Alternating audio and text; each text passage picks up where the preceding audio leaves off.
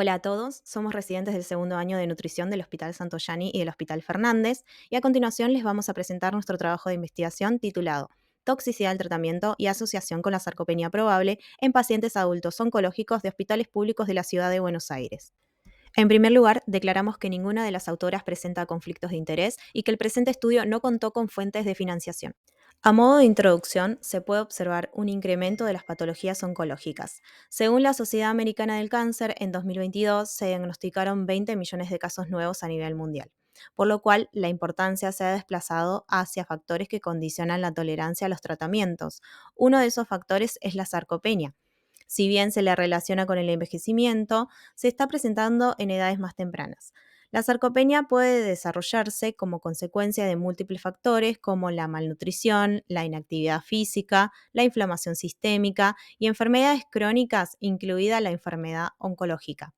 En estos pacientes se observó una prevalencia de aproximadamente el 40%. Diversos estudios han evidenciado una mayor incidencia de toxicidad y complicaciones durante el tratamiento en presencia de sarcopenia. Tanto guías nacionales como internacionales recomiendan la evaluación del estado nutricional, la masa muscular y la capacidad funcional como parte del abordaje integral. A partir de lo expuesto, el objetivo general del presente estudio fue determinar la toxicidad del tratamiento y su asociación con la sarcopenia probable en pacientes adultos oncológicos de hospitales públicos de la Ciudad Autónoma de Buenos Aires en el periodo de enero a junio del 2025, por lo cual se diseñó un estudio multicéntrico, observacional, analítico, transversal y prospectivo. El tipo de muestreo fue no probabilístico por conveniencia, el tamaño de la muestra fue conformada por 128 participantes y los criterios de inclusión fueron pacientes con tumores sólidos de ambos sexos biológicos de entre 18 a 65 años que recibieron quimioterapia o quimioterapia concomitante con radioterapia con al menos un ciclo de tratamiento concluido y con un estado funcional ECOG menor a 2. Estas son las variables de caracterización y de estudio utilizadas, por ejemplo, la extensión de la enfermedad, agentes quimioterápicos, la sarcopenia probable, la presencia de toxicidad del tratamiento y el tipo de evento adverso. En esta diapositiva podemos observar la herramienta de recolección utilizada para recabar los datos que fueron sometidos a análisis. La variable agentes quimioterápicos hace referencia a las familias de fármacos utilizados. La misma fue clasificada en agentes alquilantes, productos naturales y antimetabolitos. Con respecto al estado inflamatorio aumentado, esta fue medida de acuerdo al ratio neutrófilos linfocitos, clasificándose en sí no. El riesgo nutricional se midió en el Nutri-Score, clasificando a los pacientes con o sin riesgo. Para la adecuación de la actividad física se tuvo en cuenta los puntos de corte de la guía ESPEN. Para medir sarcopenia probable se utilizó el SARC-CALF, herramienta ampliamente validada, y para estimar la fuerza muscular se utilizó un dinamómetro. En lo que respecta a presencia de toxicidad y tipo de evento adverso, se utilizó la escala conocida como Common Terminology Criteria for Event Adverse. La muestra quedó conformada por 128 pacientes con una edad media de 51,5 años y un 78,9% fueron de sexo femenino. Se compararon las características clínicas y demográficas entre pacientes que presentaron toxicidad y aquellos que no. El sexo masculino fue más frecuente en el grupo sin toxicidad. En cuanto a la localización tumoral, el cáncer de mama fue el más frecuente en ambos grupos. Un 58,6% presentó bajo riesgo según localización tumoral. En relación a la extensión de la enfermedad, el 39,1% presentó una enfermedad localmente avanzada. La mayor parte de la muestra realizó únicamente quimioterapia. Respecto a los factores clínicos y nutricionales, 4 de cada 10 pacientes presentaron un ECOG 0. La mitad de la muestra realizó menos de 3 ciclos. Y en relación al riesgo nutricional, fue menos frecuente en pacientes sin toxicidad, al igual que el estado inflamatorio aumentado. En cuanto a la adecuación de las recomendaciones de actividad física, fue más frecuente en el grupo sin toxicidad. Con respecto a la sarcopenia, del total de la muestra, un tercio presentó sarcopenia probable. Se observó que entre los pacientes con sarcopenia probable, el 19% presentó obesidad sarcopénica. Por otro lado, el 24,2% de la muestra se adecuó a las recomendaciones de actividad física y el 88,9% de los pacientes de sexo masculino no presentó sarcopenia probable. En cuanto a la toxicidad del tratamiento, esta fue reportada por el 78,9% de los participantes. Entre quienes presentaron sarcopenia probable, casi la totalidad experimentó algún grado de toxicidad, mientras que en aquellos sin sarcopenia probable, la frecuencia fue de 3 cada 4 individuos. En cuanto al tipo de efectos adversos, el más reportado fue el gastrointestinal, seguido del dermatológico.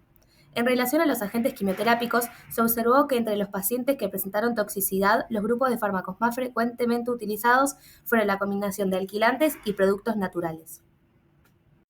En el análisis bivariado, los pacientes con sarcopenia probable presentaron 5 veces más chance de toxicidad en comparación con quienes no tenían sarcopenia. Por otro lado, el sexo masculino y aquellos que se adecuaban a las recomendaciones de actividad física presentaron una menor chance de toxicidad en comparación con las mujeres y quienes no realizaban actividad física. Sin embargo, en el modelo multivariado, la sarcopenia y su relación con la toxicidad perdieron significancia estadística, aunque tanto el sexo masculino como la adecuación a la actividad física mantuvieron su relación con una menor toxicidad. Por otra parte, los pacientes con enfermedad localmente avanzada presentaron una menor chance de toxicidad en comparación con aquellos con enfermedad localizada, aunque no se observaron diferencias significativas. La prevalencia de sarcopenia observada fue similar al valor reportado en otros estudios. En cuanto a su relación con la toxicidad, la pérdida de significancia estadística en el análisis multivariado podría deberse al efecto protector de variables como el sexo masculino y la adecuación a la actividad física. Esto podría atribuirse a las diferencias en la composición corporal entre ambos sexos, siendo la masa muscular menor en el sexo femenino, y a la farmacocinética de los agentes quimioterápicos que se metabolizan en el tejido magro. Por su parte, la actividad física ha demostrado ser una estrategia segura y eficaz para preservar la masa muscular. Esto sugiere que la sarcopenia podría ejercer un mayor impacto cuando coexiste con el sexo femenino y la inactividad física. Con respecto al riesgo nutricional, si bien se observó una mayor probabilidad de toxicidad en aquellos pacientes con riesgo, no hubo diferencias significativas. Esto podría explicarse por el predominio de neoplasias de bajo riesgo nutricional como el cáncer de mama y el predominio de quimioterapia exclusiva, ambos resultados que influyeron en el puntaje del Nutri-Score. De todas formas, este resultado sugiere que la sarcopenia no se limita únicamente a pacientes con alto riesgo nutricional, sino que también puede afectar a pacientes con distintos perfiles clínicos. En cuanto a los resultados respecto a la extensión de la enfermedad, la menor probabilidad de toxicidad en pacientes con enfermedades localmente avanzadas también podría sugerir que esta variable no siempre es un factor determinante de la toxicidad, sino que existen otros factores a tener en cuenta como la localización del tumor, el número de ciclos, el tipo de medicación, las dosis empleadas o la intención del tratamiento, ya sea curativa o paliativa.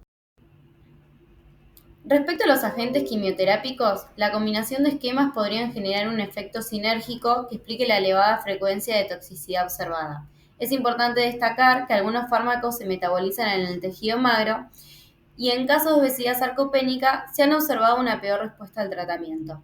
Esto se debe a que la dosificación está basada únicamente en el área de superficie corporal sin considerar la composición, lo que podría conducir a una sobredosificación farmacológica.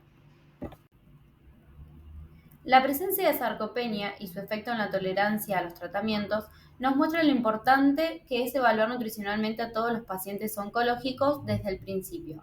Nuestro rol como licenciadas en nutrición es clave para detectar a tiempo esta condición, trabajar sobre la malnutrición, prevenir la pérdida de masa muscular y poder intervenir a tiempo ante cualquier complicación.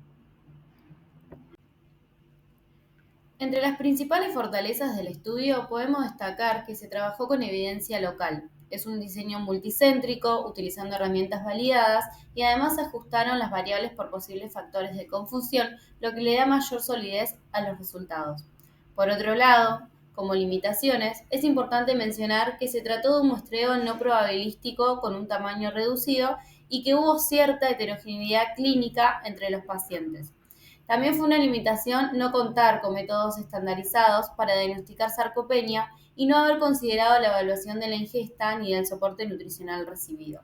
Sería interesante que futuros estudios podrían ampliar el tamaño muestral y adoptar un diseño longitudinal para seguir profundizando en esta línea.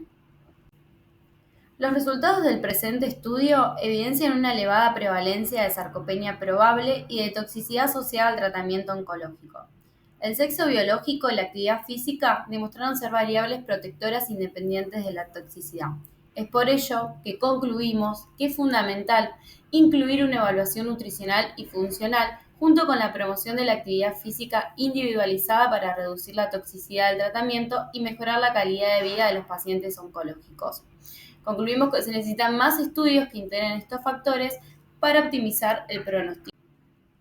Agradecemos a todos los participantes del presente estudio, al Servicio de Oncología de ambos hospitales por el asesoramiento, a nuestros jefes de residentes y nuestras coordinadoras de sede, y finalmente a la licenciada Omi Acosta Ceró por el asesoramiento metodológico y en el análisis estadístico. Esta es la bibliografía utilizada. Muchas gracias.